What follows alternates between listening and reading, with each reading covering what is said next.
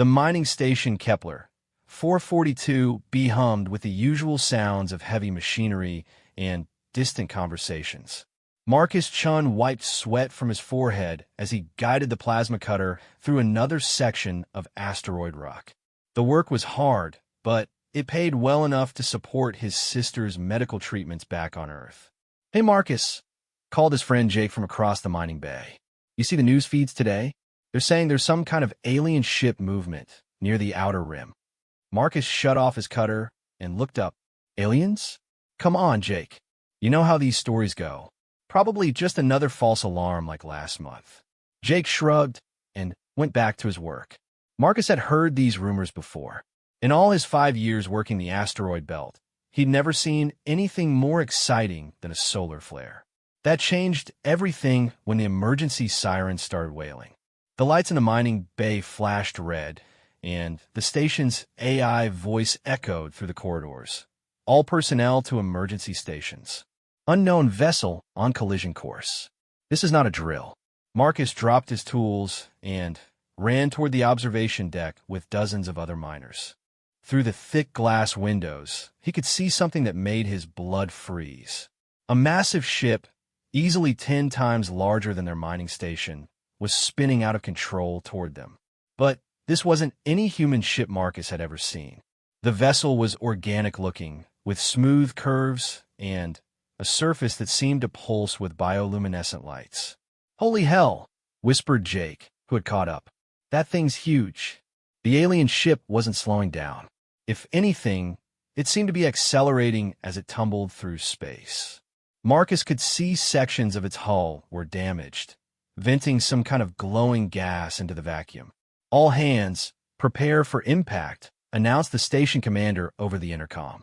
"Emergency protocols are now in effect." But Marcus wasn't listening anymore. As the alien ship drew closer, he noticed something that made his stomach drop.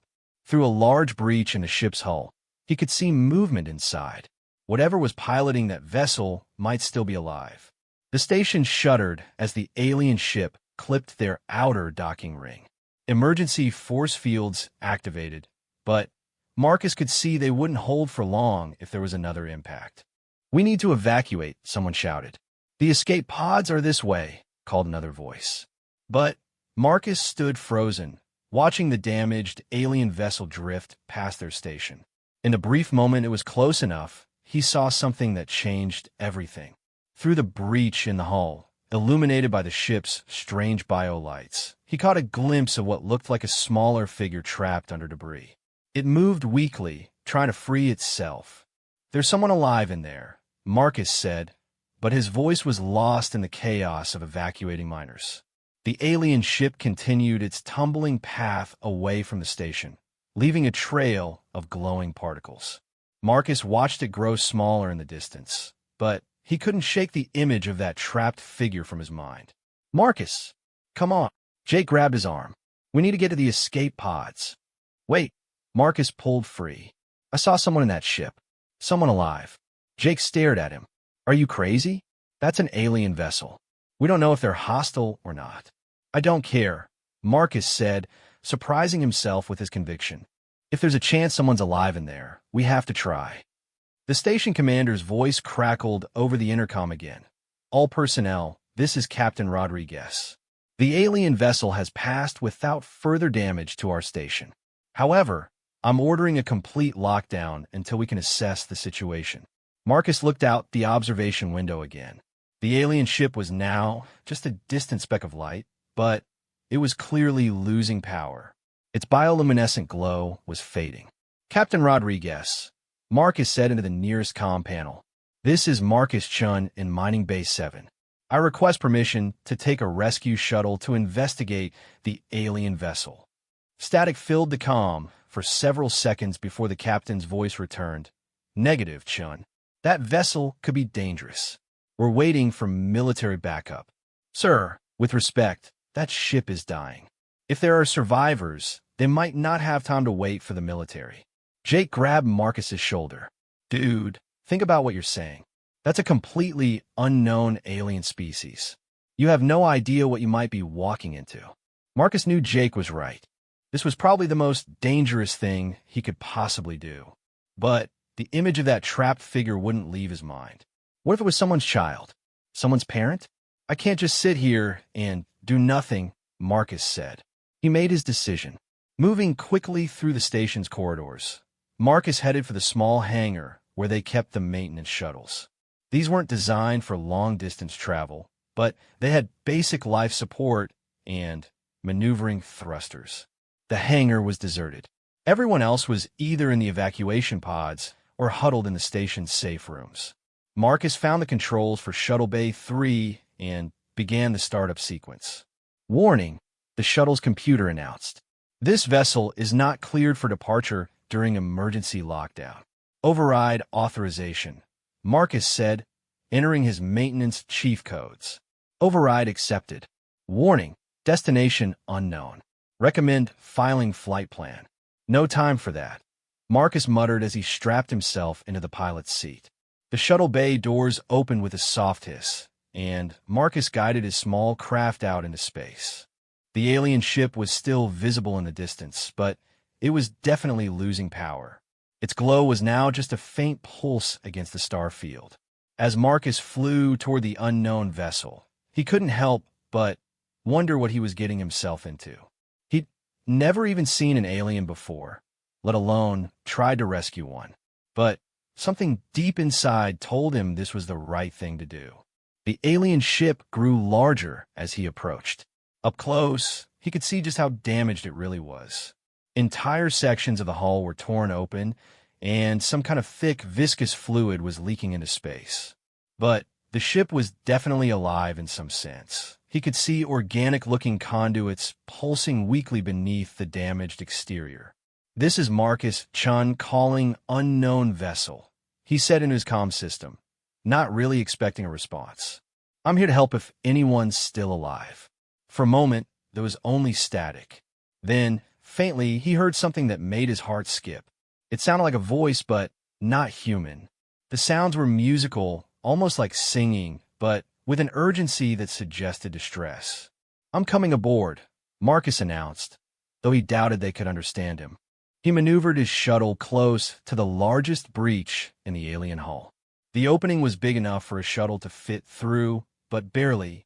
As he guided his craft inside, Marcus got his first real look at alien technology. The interior of the ship was unlike anything he'd ever imagined. Instead of metal corridors and electronic panels, everything was organic. The walls curved smoothly and seemed to pulse with their own life. Bioluminescent patches provided soft light throughout the ship, but it was clearly dying.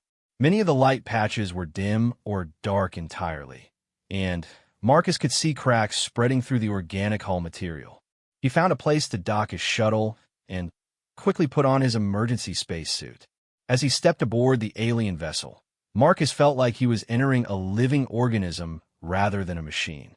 The artificial gravity was lighter than Earth normal, but still functional. Marcus followed the sound of the voice he'd heard over the comm. It led him deeper into the ship, through corridors that felt more like arteries than hallways. Then he found her. In what appeared to be the ship's command center, a section of the organic ceiling had collapsed, pinning a figure underneath. But this wasn't what Marcus had expected an alien to look like. She was humanoid, but clearly not human. Her skin had a subtle iridescent quality that shifted between blue and green as she moved. She was tall and slender, with features that were both beautiful and unmistakably alien. Most striking were her eyes, large, intelligent, and filled with pain. When she saw Marcus, she stopped struggling against the debris and stared at him in obvious shock. For a moment, neither of them moved. Then Marcus heard something that made his blood run cold. Somewhere else in the ship, there was another voice. Smaller, weaker, calling out in the same musical language. The trapped alien woman turned toward the sound and cried out something that sounded desperate. She looked back at Marcus, and despite the language barrier, he understood perfectly. There was someone else on this ship, someone she cared about, someone who needed help. Marcus knelt beside the trapped woman and examined the debris pinning her down. It was some kind of organic support beam, probably part of the ship's living structure. It was heavy, but he thought he might be able to lift it if he used the leverage points correctly. "I'm going to get you out," he said, knowing she probably couldn't understand, but hoping his tone would convey his intentions. As Marcus positioned himself to lift the beam, the alien woman grabbed his arm. Her touch was surprisingly warm, and when he looked in her eyes, he saw something that transcended species barriers. Gratitude. She pointed toward the direction the other voice was coming from, and said something in her musical language. Then, she pointed to herself and shook her head. Marcus understood. She was telling him to save the other person first. "No," Marcus said firmly. "I'm getting you both out." With all his strength, Marcus lifted the organic beam. The woman cried out as the pressure was released, but she immediately tried to stand. Her left leg was clearly injured, but she was mobile. Together, they moved through the dying ship toward the source of the other voice. As they got closer, Marcus realized the voice belonged to someone much younger. When they finally reached the location, his heart nearly broke. Trapped in what appeared to be a collapsed sleeping chamber was a smaller version of the alien woman. She couldn't have been more than a child by any species standards. Her large eyes were filled with tears, and she was calling out weakly for what Marcus assumed was her mother. The adult alien woman cried out and tried to rush forward, but her injured leg gave out. Marcus caught her before she fell. "I've got this," he said, gently helping her sit down where she could see her daughter. The chamber where the young alien was trapped was more severely damaged than where he'd found the mother. The organic support structure had completely collapsed, creating a small pocket where the child was protected, but also trapped. Marcus studied the situation carefully. If he moved the wrong piece of debris, the entire section might collapse further and crush the child. He needed to be precise. Working slowly and methodically, Marcus began clearing away smaller pieces of debris. Each time he moved something, he watched carefully to make sure the remaining structure stayed stable. The mother watched anxiously, occasionally calling out what sounded like encouragement to her daughter. The child's responses were getting weaker, which told Marcus he needed to work faster. After what felt like hours but was probably only minutes, Marcus had cleared enough space to reach the trapped child. She was small enough that he could lift her, but she was clearly frightened of him. The mother called out something in a soothing tone, and the child looked up at Marcus with those large, trusting eyes. "It's okay," Marcus said softly as he carefully lifted the young alien from the wreckage. "You're safe now." The reunion between mother and daughter was unlike anything Marcus had ever witnessed. They held each other tightly, speaking rapidly in their musical language. Both were crying, or at least producing some kind of tears that served the same emotional function. But Marcus knew they weren't safe yet. The ship was continuing to deteriorate around them, and his shuttle wasn't big enough for extended life support for 3 people. "We need to leave," he said, gesturing toward the way they'd come. The mother nodded, understanding the urgency even if she couldn't understand his words. She tried to stand, but immediately fell again. Her leg injury was worse than Marcus had thought.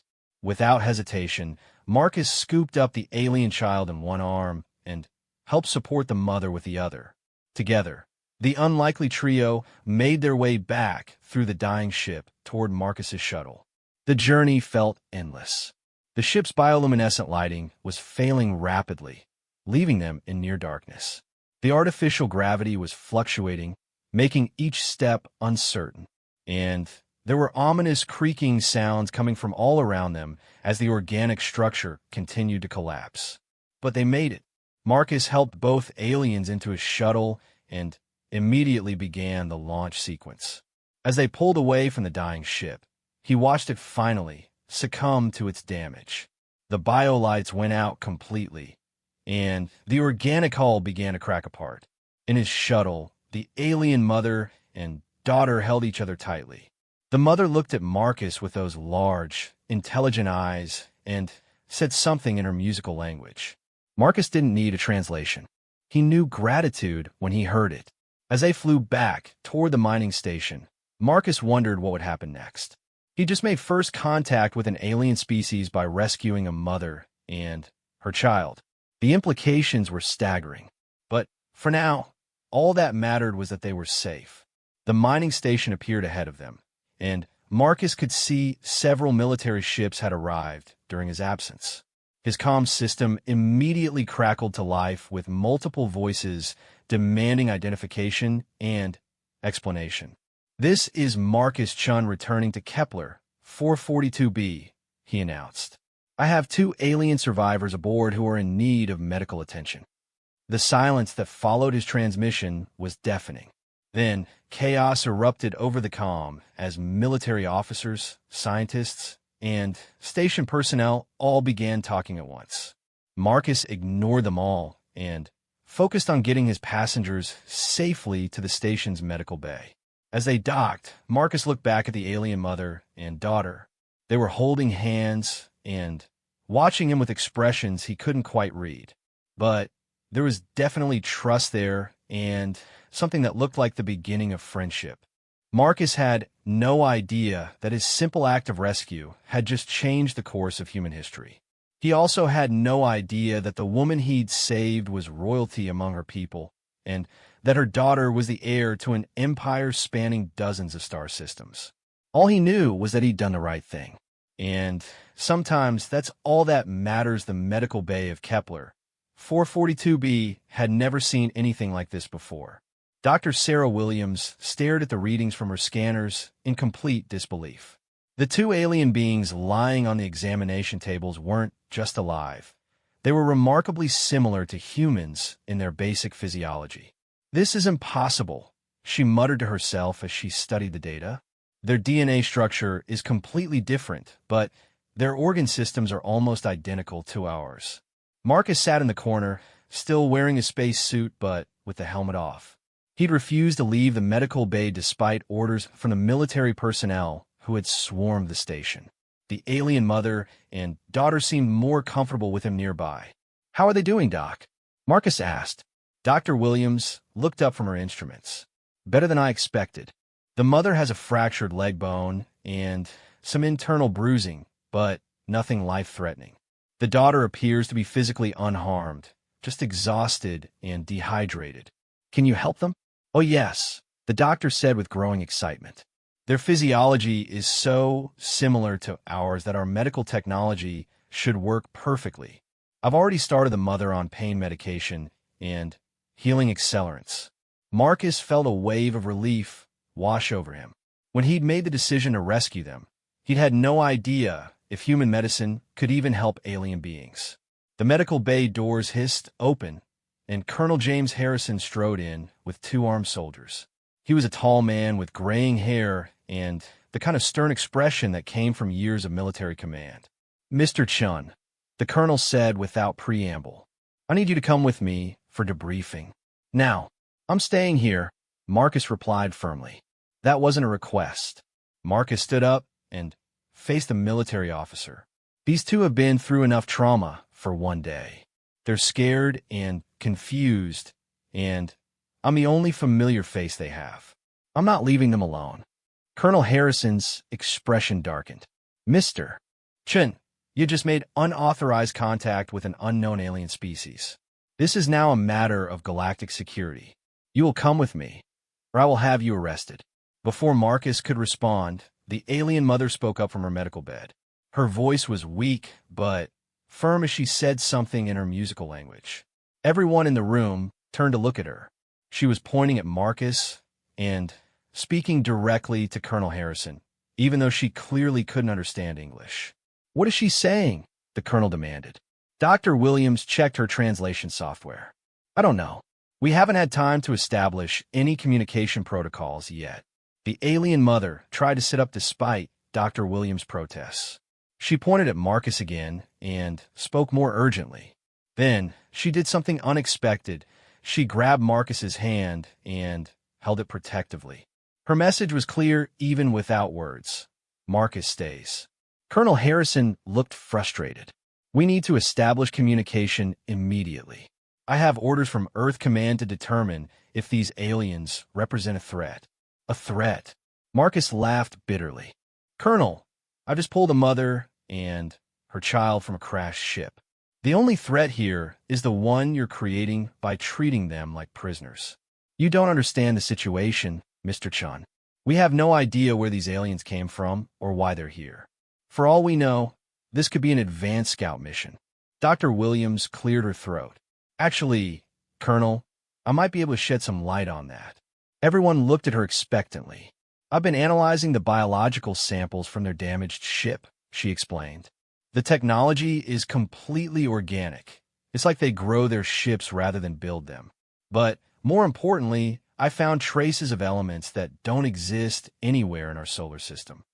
What does that mean? Marcus asked. It means they traveled a very long way to get here. The isotopic signatures suggest their home system is at least several hundred light years away. This isn't a local species. Colonel Harrison Fronet. That just raises more questions. How they get here, and why? The alien mother had been listening intently to their conversation, even though she couldn't understand the words. Now she spoke again, pointing toward the window that showed the star field beyond the station. Dr. Williams pulled up a holographic display of the local star systems. The alien mother's eyes widened with recognition, and she pointed excitedly at one particular region of the display. She recognizes our star charts, Dr. Williams said with amazement. The alien woman stood up carefully, favoring her injured leg, and approached the holographic display. She studied it for a moment, then began pointing to specific stars while speaking rapidly in her own language. I think she's trying to show us her home system, Marcus said. The alien mother looked at Marcus and nodded emphatically. She continued pointing at stars and speaking, her tone becoming more urgent. Dr. Williams activated the translation protocol she'd been developing. The computer is starting to pick up linguistic patterns. Give me a few more minutes, and I might be able to establish basic communication. As they waited, the alien daughter had been watching everything from her medical bed. She was clearly frightened by all the strangers, but whenever she looked at Marcus, her expression softened. Marcus approached her bed slowly. "Hey there," he said softly.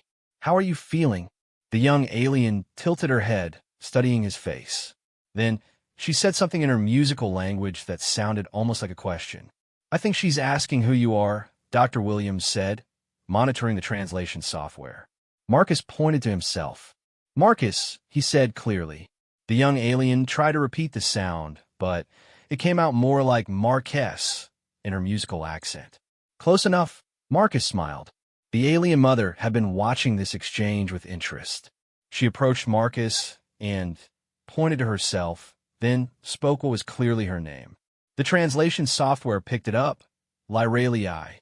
Lyralii, Marcus repeated, and the alien mother smiled for the first time since he'd found her. She then pointed to her daughter and spoke another name, Zephyr. "It's nice to meet you both," Marcus said. "I'm sorry about what happened to your ship."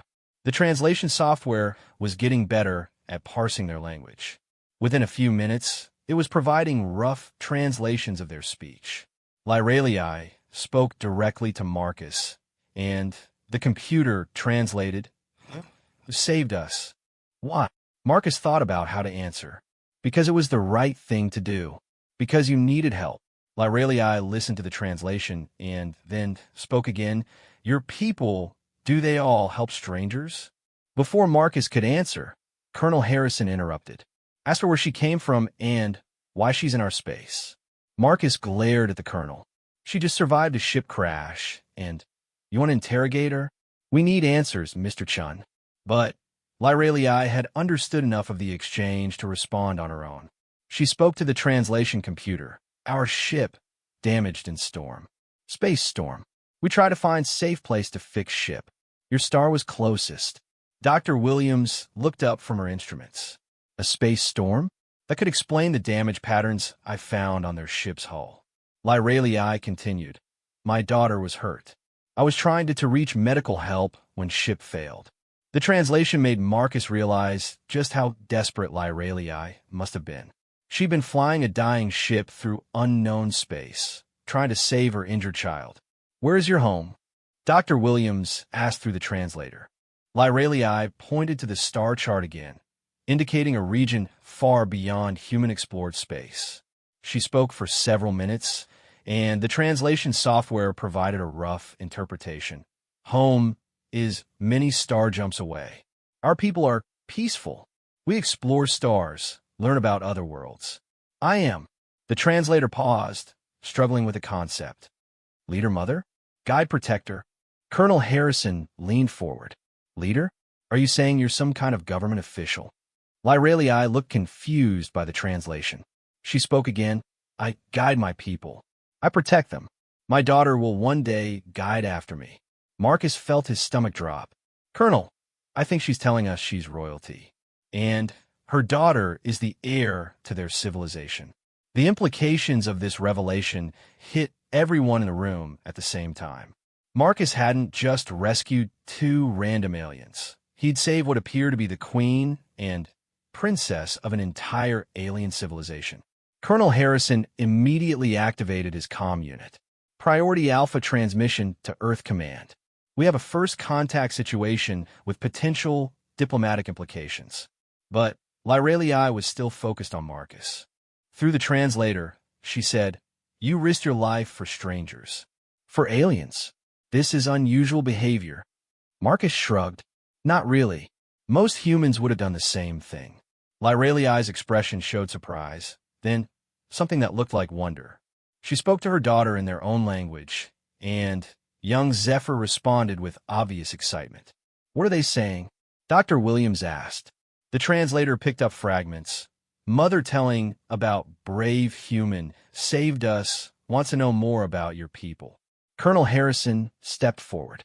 Ma'am, if you're a leader of your people, we need to discuss the diplomatic implications of this situation. Earth Command will want to establish formal contact protocols. But Lyralii ignored the colonel entirely. She was studying Marcus with intense curiosity. Your people, she said through the translator, they have warriors? Soldiers? Yes, Marcus replied, glancing at Colonel Harrison. But most of us are just regular people trying to live our lives. And regular people, they risk themselves for strangers? Marcus thought about it. When someone needs help.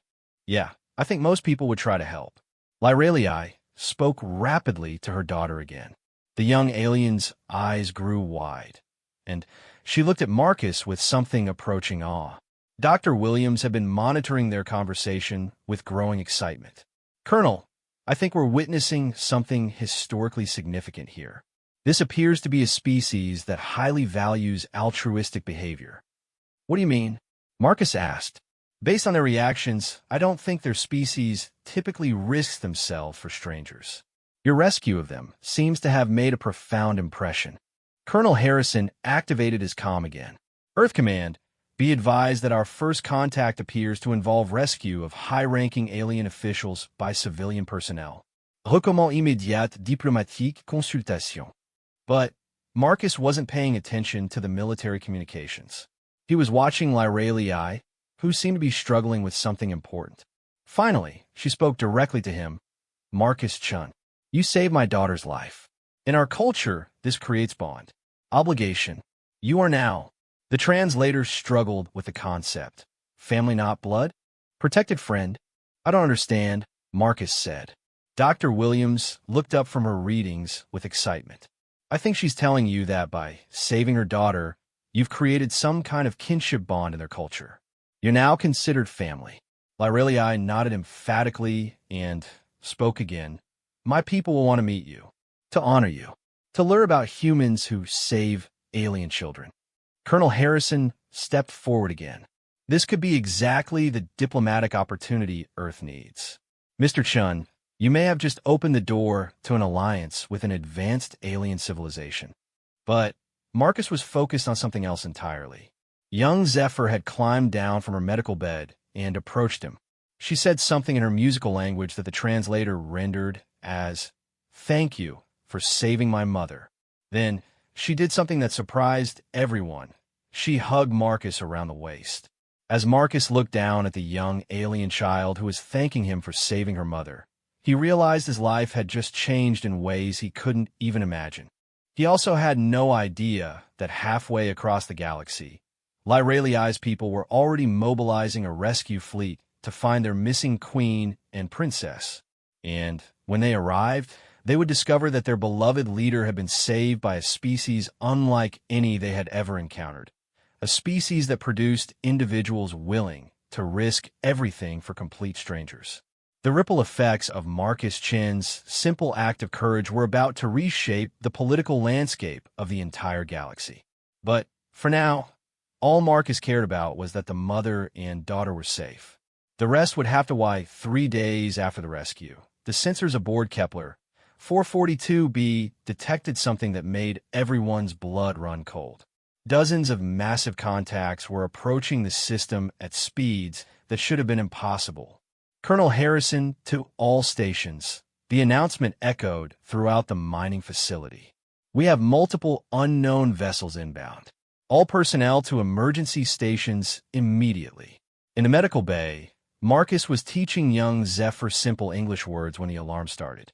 The alien child looked frightened by the loud sounds, but Lyraliai immediately stood up and moved to the window. When she saw the approaching fleet, her expression changed completely. She spoke rapidly in her musical language, and the translation computer provided the interpretation. My people, they came for us.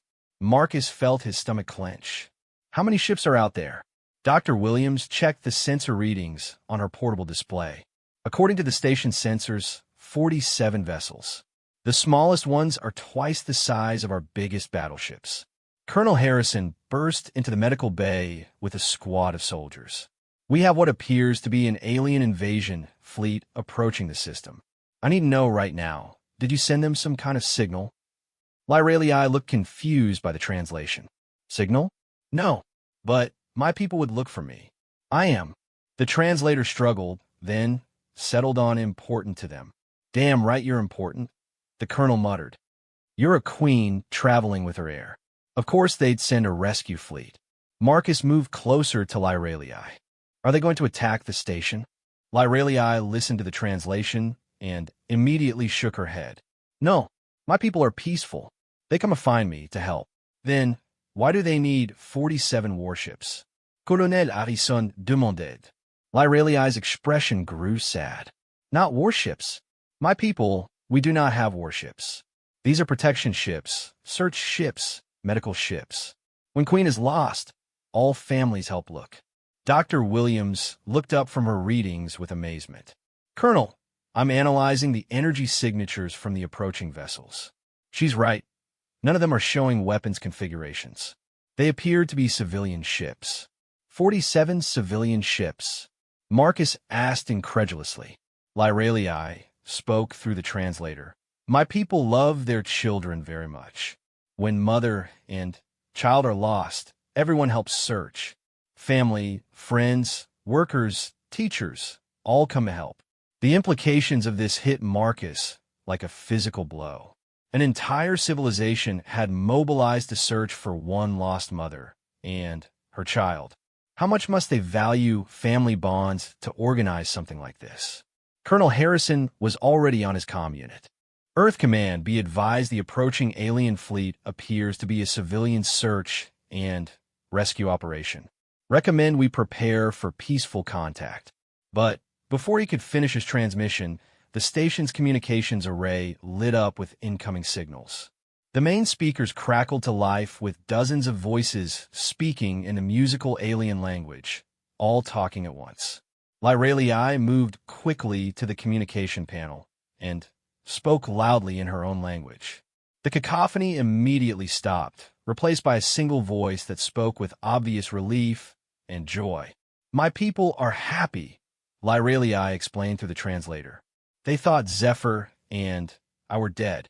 The single voice continued speaking, and Lyraliai's responses grew more animated. Marcus didn't need a translation to recognize the emotional reunion happening over the comm system. But then Lyraliai's expression changed. She spoke sharply to whoever was on the other end of the communication, and Marcus could hear the authority in her voice even without understanding the words. What's happening? Dr. Williams asked. The translator provided fragments. Queen telling them, "Humans helped. Humans saved us. Must show respect." Colonel Harrison leaned forward. "Are they planning to board the station?" Lyralii turned to him and spoke through the translator. "My people want to meet the human who saved their queen and princess. This is required by our laws. Marcus Chun must be honored." "Absolutely not," the colonel said immediately. "We can't allow an alien boarding party onto this station. The security risks are enormous." But Marcus was already speaking. "I'll go to them." Everyone in the room stared at him. "Marcus, that's insane," Dr. Williams said. "You'd be completely at their mercy." "They're not going to hurt me," Marcus replied. "Lyralii and Zephyr are proof of that. Besides, if they wanted to harm us, 47 ships could probably vaporize this station without breaking a sweat." Lyralii had been following the conversation through the translator. Now she spoke directly to Marcus. "You would come to our ships? You are not afraid." "Should I be?"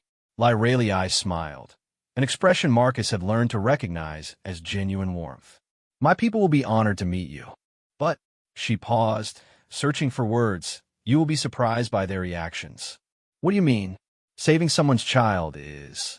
The translator struggled with the concept, the highest honor in our culture. "What you did for Zephyr makes you hero? Legend?" The words do not translate well. Colonel Harrison stepped between them. "Mr. Chun, I cannot allow you to board an alien vessel. Earth Command would have my head. With respect, Colonel, I'm a civilian. You can't order me around." Before the argument could escalate further, young Zephyr tugged on Marcus's shirt and said something in her musical language. The translator interpreted. "Can I come with you to meet my people? I want to tell them how brave you were." Marcus knelt down to her level. "Of course you can come. You and your mother both." Lyralii spoke to the communication panel again, and Marcus could hear excited voices responding from the alien fleet. "My people are preparing a welcome ceremony," she explained through the translator. "They want to honor you properly." Dr. Williams checked her medical scanner. "You're both cleared for travel. Your injuries have healed remarkably well." Colonel Harrison made one last attempt. "Mr. Chun, at least let me send a security detail with you." Lyralii overheard this through the translator and spoke firmly. "No weapons on our ships. This is sacred law. Marcus Chun comes as honored guest, as family. No soldiers."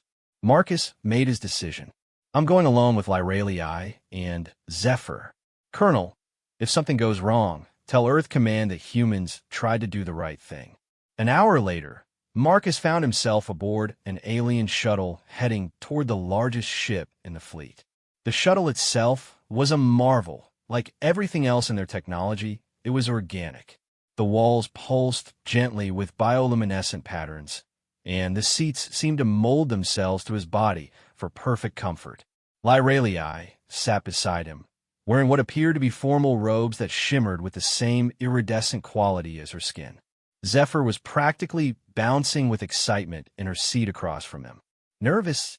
Lyralii asked through a portable translator device. "A little," Marcus admitted. "I've never been the guest of honor at an alien ceremony before." "My people will love you," she said with confidence. "You represent everything we value most: courage, selflessness, protection of children. You will see." As they approached the flagship, Marcus got his first close look at alien architecture on a massive scale. The ship was enormous, easily a kilometer long, but it didn't look like any human vessel. Instead of angular metal construction, it was all flowing curves and organic surfaces. It looked like it had been grown rather than built. "Your people must be amazing engineers," Marcus said. "Engineers." Lyralii looked puzzled by the translation. "We do not build ships. We grow them." "Grow them? How?" "Our ships are living things. We partner with them. They carry us through space, and we care for them in return." Marcus stared at her in amazement. "Your ships are alive?" "Yes. This flagship is over 300 years old. She has carried my family for many generations." As their shuttle entered the flagship's docking bay, Marcus saw dozens of aliens waiting to greet them. They were all similar to Lyralii in their basic appearance: tall, slender, with the same iridescent skin that shifted between blue and green. But their clothing was incredibly elaborate, covered in patterns that seemed to move and flow like living art. When the shuttle doors opened, the entire group of aliens immediately dropped to one knee and bowed their heads. Marcus froze in the doorway. "What are they doing?" Showing respect, Lyralii explained. "In our culture, one who saves a child is honored above all others. These are my advisors, my family, my closest friends. They're showing you the highest respect our people can give." Marcus felt overwhelmed. "I don't deserve this. I just did what anyone would do." Lyralii placed her hand on his shoulder. "That is exactly why you deserve it." As they walked through the ship, Marcus was amazed by what he saw. The corridors were wide and filled with soft, natural light. Instead of mechanical sounds, he could hear what sounded like distant singing. The ship itself was making music. "She's happy," Lyralii explained when she noticed his expression. "The ship is happy to have her queen home safely." They entered what appeared to be a massive ceremonial hall. Hundreds of aliens were gathered, all wearing their finest clothing. But what struck Marcus most was their expressions. They were looking at him with something approaching awe. Young Zephyr ran ahead to greet several younger aliens whom Marcus assumed were her friends or siblings. She immediately began speaking rapidly, gesturing toward Marcus with obvious pride. "She's telling them a story," Lyralii said with a smile. "How the brave human came aboard our dying ship and saved us both." An elderly alien approached them, wearing robes even more elaborate than Lyralii's. When he spoke, his voice carried the weight of authority and age. The translator interpreted. "The elder says, 'Welcome, honored human.' He says our people have waited many generations to meet someone like you." "Someone like me?" The elder continued speaking, and the translation came through. He says our people value courage above all other virtues, but we have never met an alien species that produces individuals willing to risk themselves for complete strangers. He says you represent the best of what any civilization can achieve. Marcus felt his face burning with embarrassment. "Please tell him I just did what felt right." When this was translated, the elder smiled and spoke again. He says that is exactly what makes you remarkable. You acted without thought of reward or recognition. This is true heroism. The ceremony that followed was unlike anything Marcus could have imagined. There was music that seemed to come from the ship itself, accompanied by voices singing in harmonies that made his spine tingle. There was food unlike anything he'd ever tasted, somehow familiar and exotic at the same time. But most importantly, there were stories. One by one, aliens came forward to tell Marcus about their own families, their children, their hopes, and dreams. They shared their culture with him not through formal presentations, but through personal connections. An elderly alien woman showed him pictures of her grandchildren and thanked him for saving Zephyr, who would one day lead their people.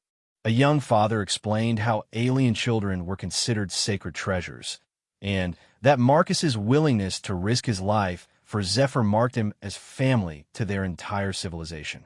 A group of scholars presented him with a data crystal containing their civilization's history and scientific knowledge, saying that any species capable of producing individuals like Marcus deserved to learn about the galaxy they lived in. As the ceremony continued, Marcus began to understand something profound. These aliens didn't just value children. They built their entire society around protecting and nurturing the next generation. Family bonds weren't just important to them. They were the foundation of their civilization.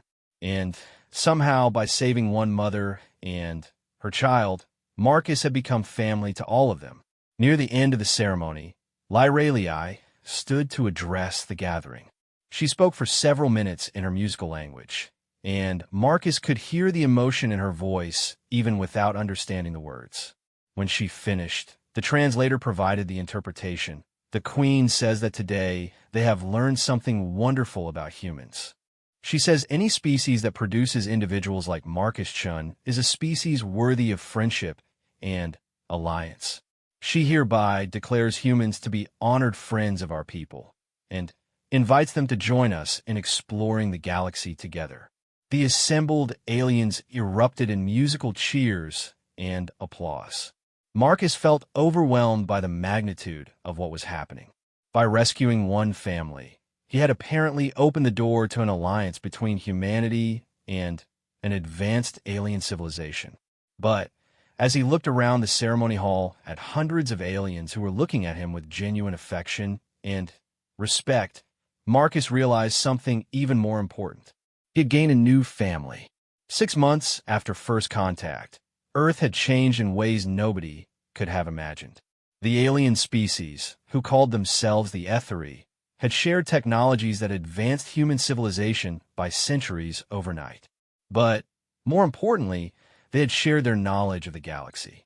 Marcus stood in the newly constructed Earth-HFY Cultural Exchange Center, watching as human children played with young HFY in the facility's gardens. The sight still amazed him.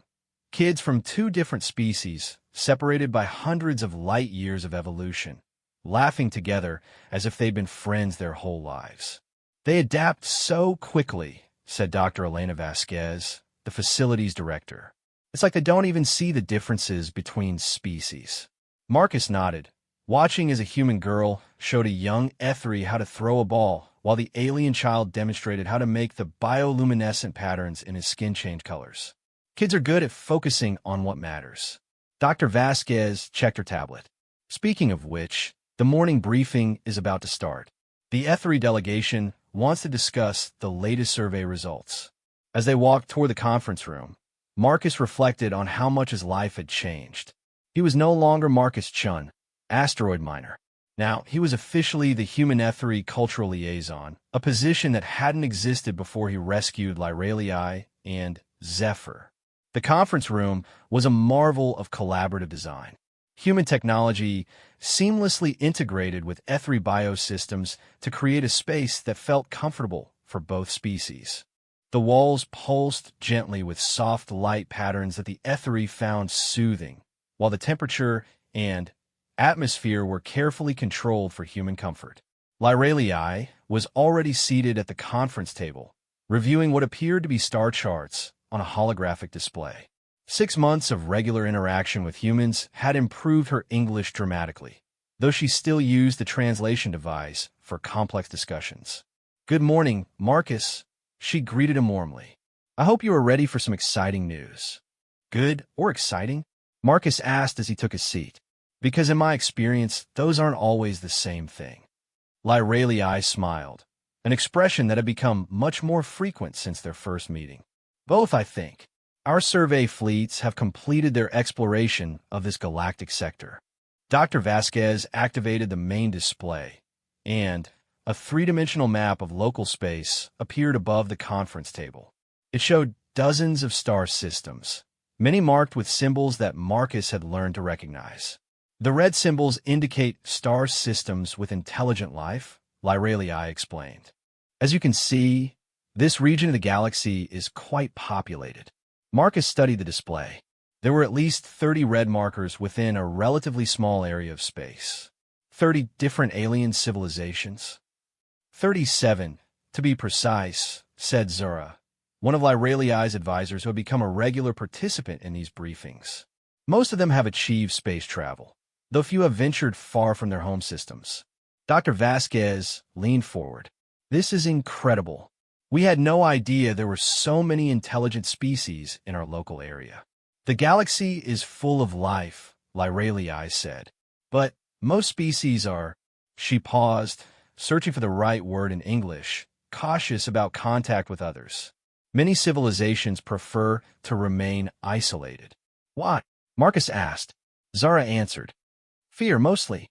When species first achieve space travel, they often assume other aliens will be hostile. Many never overcome this assumption." "But you did," Dr. Vasquez pointed out. "Yes," Lyralii nodded. "My people learned long ago that cooperation produces better results than isolation. We became explorers, traders, diplomats. We built alliances with many species." Marcus studied the star map more carefully. How many species are you allied with? 14, Lyralii replied. But after meeting humans, we have been reconsidering our approach to first contact. What do you mean? Lyralii stood and manipulated the holographic display, highlighting several star systems in yellow. These civilizations have all expressed interest in meeting humans. Marcus felt his stomach clench. Why? Because word is spread about what you did for Zephyr and me, Lyralii explained. The story of a human who risked his life to save alien strangers has become legendary throughout this sector. Dr. Vasquez looked excited. This could be an incredible opportunity for expanding human relationships in the galaxy. But Marcus felt uneasy. Lyralii, what exactly have you told these other species about humans? The truth, she replied simply, that humans are capable of extraordinary acts of courage and selflessness, that you have strong family bonds, and will risk yourselves to protect children, even alien children. Zara added, several species have requested formal meetings with human representatives. They want to learn more about your culture. That's wonderful, Dr. Vasquez said. But then she noticed Marcus's expression. Isn't it? Marcus was quiet for a moment, thinking, Lyralii, how many other species in this sector would have done what I did?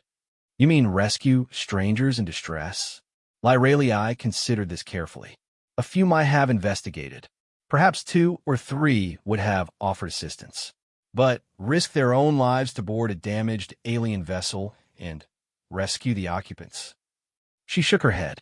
None. This type of behavior is essentially unknown among galactic civilizations. So, these other species want to meet humans because they think we're all heroes? In a way, yes. Marcus felt the weight of expectation settling on his shoulders. What happens when they discover that most humans aren't like that? I'm not special. I'm just a regular guy who did what felt right. Dr. Vasquez started to object, but Lyralii held up her hand. Marcus raises an important point. We have perhaps oversold human heroism in our reports to other species. What do you mean? Dr. Vasquez asked. Zara pulled up another display showing communication logs. The story of Marcus's rescue has been shared throughout the local galactic community. Each retelling has become more elaborate. Some species now believe that all humans are fearless warriors who live only to protect others. Marcus groaned. That's not good. Why not? Dr. Vasquez asked. It makes humanity look noble and heroic. It makes humanity look like something we're not, Marcus replied. What happens when these other species meet regular humans and realize we're not all heroes? That we have flaws and fears just like everyone else? Lyralii nodded thoughtfully. This is a valid concern. Unrealistic expectations can lead to disappointment and diplomatic problems. So what do we do? Dr. Vasquez asked. Marcus stood and began pacing around the conference room. We need to manage expectations.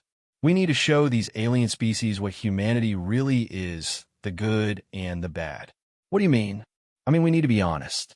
Yes, some humans are capable of heroic acts, but we're also capable of selfishness, cowardice, and cruelty. We have wars, crime, and social problems just like any other species probably does. Lyralii listened to this with interest.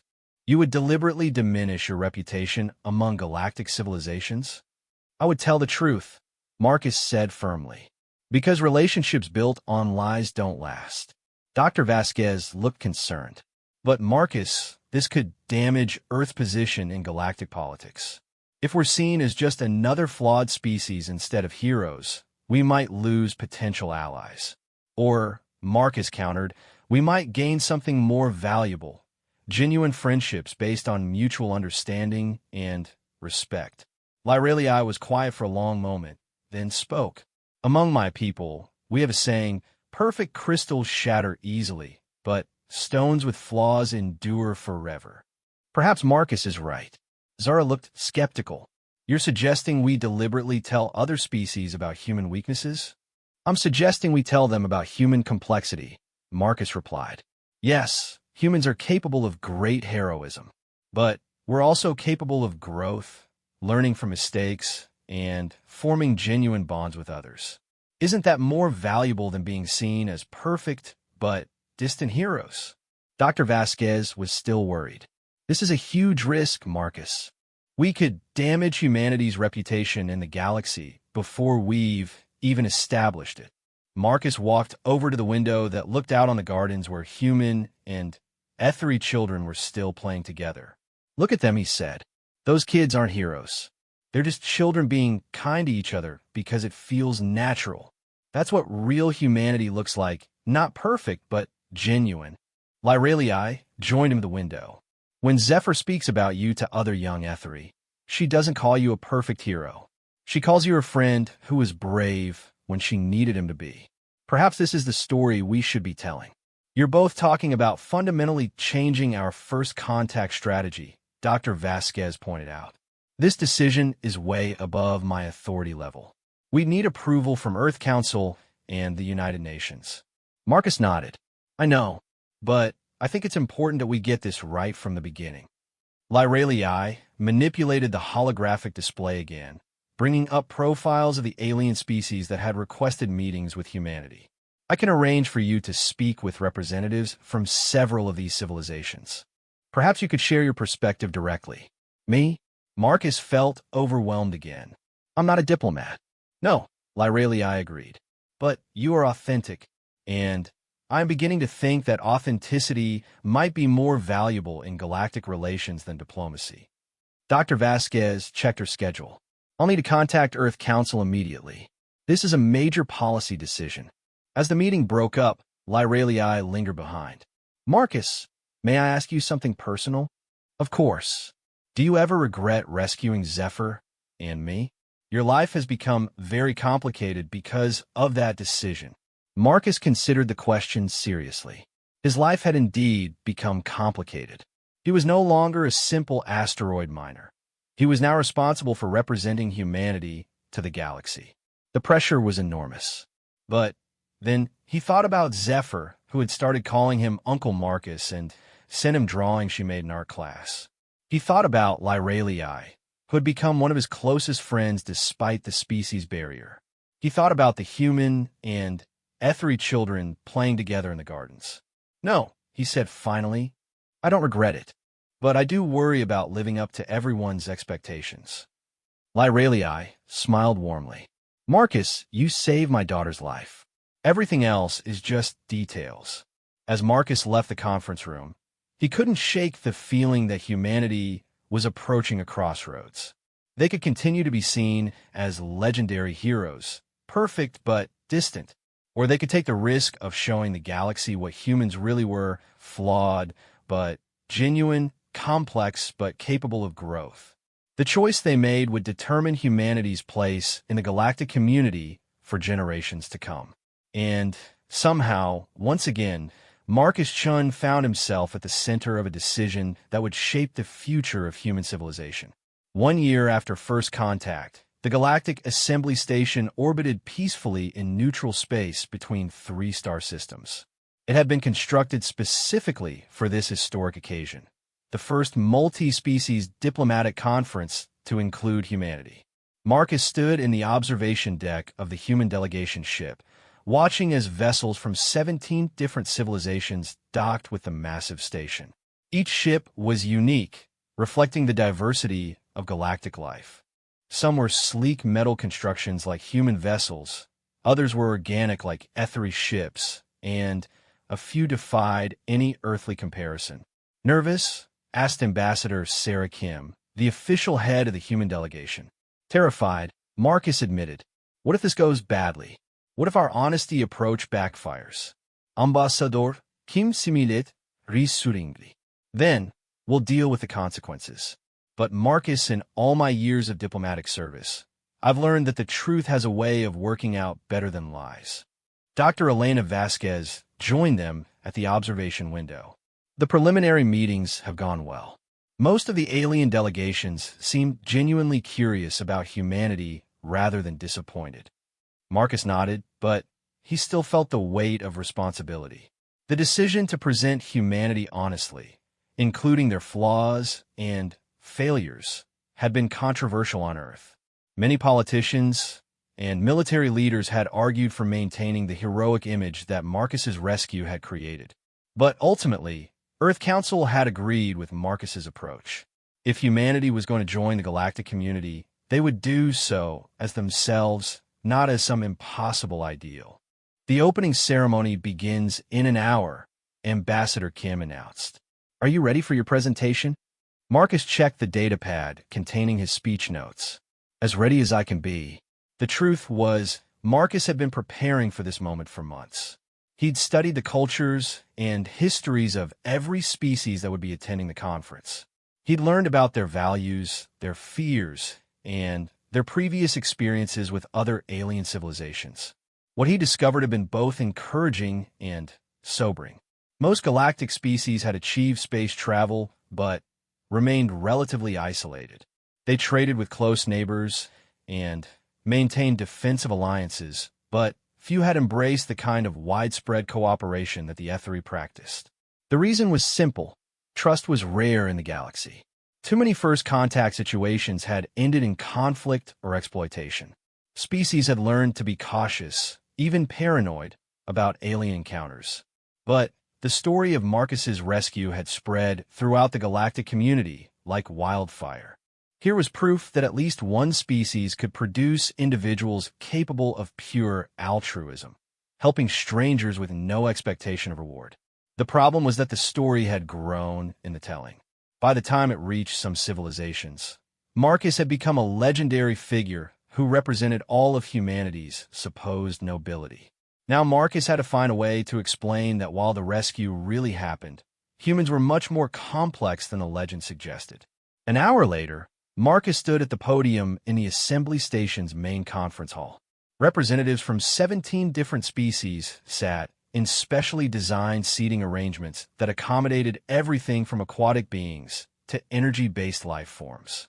Ambassador Kim had delivered the formal diplomatic greeting, but now it was Marcus's turn to address the assembly as the human who had started it all.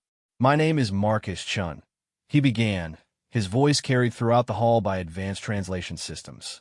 A year ago, I was just an asteroid miner doing my job.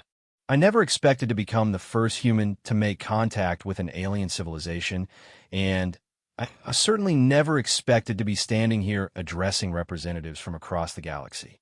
He paused, looking out at the diverse assembly. Some species were humanoid like the Etheri, others were completely alien in form. But all of them were watching him with obvious attention. I've been told that the story of my rescue of Queen Lyralii and Princess Zephyr has spread throughout the galactic community. I've also been told that some versions of this story have grown somewhat in the telling. A ripple of what Marcus had learned to recognize as alien laughter passed through the assembly. So before we discuss formal diplomatic relations, I think it's important that you understand who humans really are. Not the legend, but the reality. Marcus activated a holographic display that showed images from Earth. Cities, forests, oceans, and most importantly, people. Humans are not a species of heroes, he said simply. We are a species capable of heroism, but also capable of selfishness, fear, and cruelty. We have wars among our own kind. We struggle with poverty, crime, and social inequality. We make mistakes, sometimes terrible ones. The assembly hall was completely silent now. This was not what many of them had expected to hear. When I rescued Queen Lyralii and Princess Zephyr, I wasn't acting as a representative of all humanity. I was acting as one individual who saw someone in need and couldn't stand by and do nothing. There are millions of humans who would have made the same choice, but there are also humans who wouldn't have. Marcus changed the display to show human achievements, art, science, exploration, acts of compassion. But here's what I think makes humans worth knowing. We're constantly trying to be better than we are. When we fail, we learn from it. When we see injustice, we work to fix it. When we encounter something new and strange, we try to understand it rather than destroy it. He paused again, then continued with more passion in his voice. Yes, humans are flawed, but we're also capable of growth, change, and genuine friendship with those who are different from us.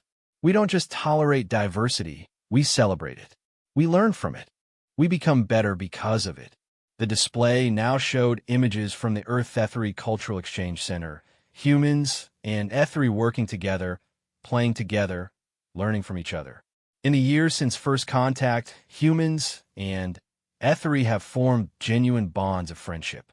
Not because we're perfect, but because we're willing to be honest with each other about who we are. Queen Lyralii has become one of my closest friends, not because I'm a hero, but because we understand and accept each other. Marcus could see various reactions throughout the assembly. Some species seemed intrigued, others appeared confused, and a few looked disappointed. I know this isn't what some of you expected to hear, Marcus continued. You wanted to meet a species of legendary heroes. Instead, you're meeting a species of complex, flawed, but well-meaning individuals. He leaned forward, making eye contact with as many representatives as possible. But I would rather build relationships based on truth than maintain a reputation based on mythology. If humanity joins the galactic community, we want to do so as ourselves. Imperfect, but genuine partners who will work alongside you to build something better than any of US could achieve alone. Marcus stepped back from the podium. I've told you who humans really are. The question now is whether the galaxy is interested in getting to know us anyway. The silence that followed felt eternal. Marcus began to wonder if he'd just destroyed humanity's chances of galactic acceptance. Then, Queen Lyralii stood from her seat in the Ethri delegation. If I may speak, she said formally. Ambassador, him no dit permission. Marcus Chin speaks with typical human honesty, Lyralii began. And he is correct that humans are not perfect heroes from legend. But in the year I have known them, I have learned something more valuable than perfection. She activated her own holographic display, showing scenes from her interactions with human culture. Humans possess something rare in the galaxy, the ability to form genuine emotional bonds with those who are different from themselves. They do not merely tolerate alien partners, they embrace them as family. The display showed human children playing with young Ethri, human scientists working eagerly with Ethri researchers, human artists collaborating with Ethri creators. My daughter Zephyr considers several human children to be her closest friends. They see no barriers between their species. To them, friendship is simply friendship, regardless of the number of limbs or color of skin. Lyralii's voice grew more passionate. Yes, humans are capable of conflict and mistake. But they're also capable of something I had never seen before. Instinctive compassion for strangers. Marcus risked his life for my daughter, not because he knew who she was, but because she was a child in danger. This type of immediate empathy is extraordinary. She turned to address Marcus directly. Marcus says he was just one individual making a choice. But the choice he made reveals the character of his entire species. A civilization that produces individuals capable of such acts is a civilization worth knowing. Lyralii faced the assembly again. I propose that humanity's honesty about their imperfections makes them more trustworthy, not less. Perfect beings cannot understand struggle, growth, or the need for mutual support. Flawed beings who strive to improve can. Another representative stood, a crystalline being from a silicon-based species. When it spoke, its voice chimed like bells. The Zephyrian Collective has observed human behavior for 1 standard year. We confirm Queen Lyralii's assessment. Humans demonstrate consistent patterns of cooperation, curiosity, and empathy. Their admission of imperfection indicates mature self-awareness, not weakness. An aquatic representative from a water-world civilization spoke next. The Oceanic Union has reviewed human cultural transmissions. We find their art, music, and literature to be extraordinarily diverse and emotionally rich. This suggests a species capable of deep feeling and complex thought. One by one, other representatives began to speak. To Marcus's amazement, most of them expressed interest in establishing relations with humanity, not despite their honesty about human flaws, but because of it. The representative from a highly militaristic species summed it up best. Perfect allies are suspicious. Honest allies are valuable. As the formal session concluded, Marcus felt a tremendous weight lift from his shoulders. Humanity wouldn't be joining the galactic community as mythological heroes, but they would be joining as themselves. Later, during the informal reception, Marcus found himself surrounded by alien representatives eager to learn more about human culture. They asked about everything from human music to human humor to human family structures. But the conversation that meant the most to him came from Princess Zephyr, who had insisted on attending the conference despite her young age. "Uncle Marcus," she said in her musical accent, "I'm proud of what you said today." "Why?" Marcus asked. "Because you told everyone that humans are just people, like HFY are people. You didn't pretend to be something special." Marcus knelt down to her level. "Do you think I should have?" Zephyr shook her head emphatically. "Friends don't pretend with each other. Friends are honest." As Marcus looked around the reception hall at humans and aliens talking, laughing, and sharing stories together, he realized that Zephyr was absolutely right. The galaxy didn't need humanity to be perfect heroes. It needed them to be genuine friends. And friendship, Marcus had learned, could bridge any gap, even the vast distances between stars. 6 months later, Marcus stood once again in the observation deck of a spaceship, but this time he wasn't nervous. The vessel was bound for Kepler 442b, where construction had begun on the first permanent human-alien colony. The colony would be home to families from 6 different species, including the family that had started it all. Marcus, who was officially adopting young Zephyr as his niece, making Lyralii his sister in the eyes of both human and HFY law. As Marcus watched the stars ahead, he reflected on how much the galaxy had changed in just 2 years.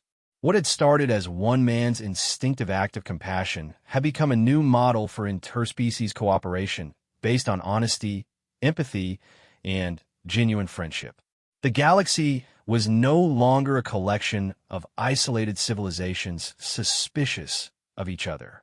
It was becoming a true community of diverse but connected peoples, and it had all begun with a simple choice to help a mother and daughter in need. Marcus smiled as he felt a familiar hand slip into his. Zephyr had joined him at the observation window, eager to see their new home. "Are you ready for this?" Marcus asked her. "Are you?" She countered with the wisdom that came naturally to her species. Marcus looked ahead at the stars that would soon be filled with ships from dozens of different worlds, all working together to build something unprecedented in galactic history. "Yeah," he said with quiet confidence. "I think I am." Behind them, the soft sound of HFY bioship harmonics mixed with human laughter as 2 species continued the friendship that would change everything. In space, family came in many forms. But love, Marcus had learned, was universal.